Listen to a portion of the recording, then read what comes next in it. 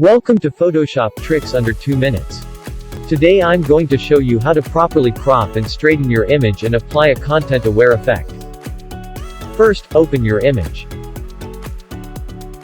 Select your crop tool. Under the Set Additional Crop options, deselect Use Classic Mode, if enabled.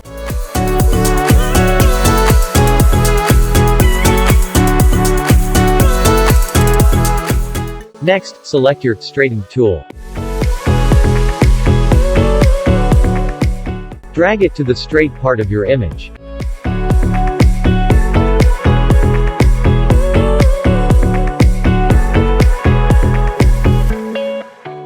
Next, check the Content Aware checkbox. Hit Enter on your keyboard or double-click on the content area. You will notice that it automatically fills in any empty areas with content that matches your image. That's under 2 minutes.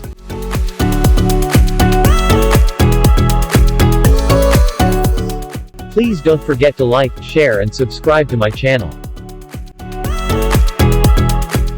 See you on the next video and thank you for watching.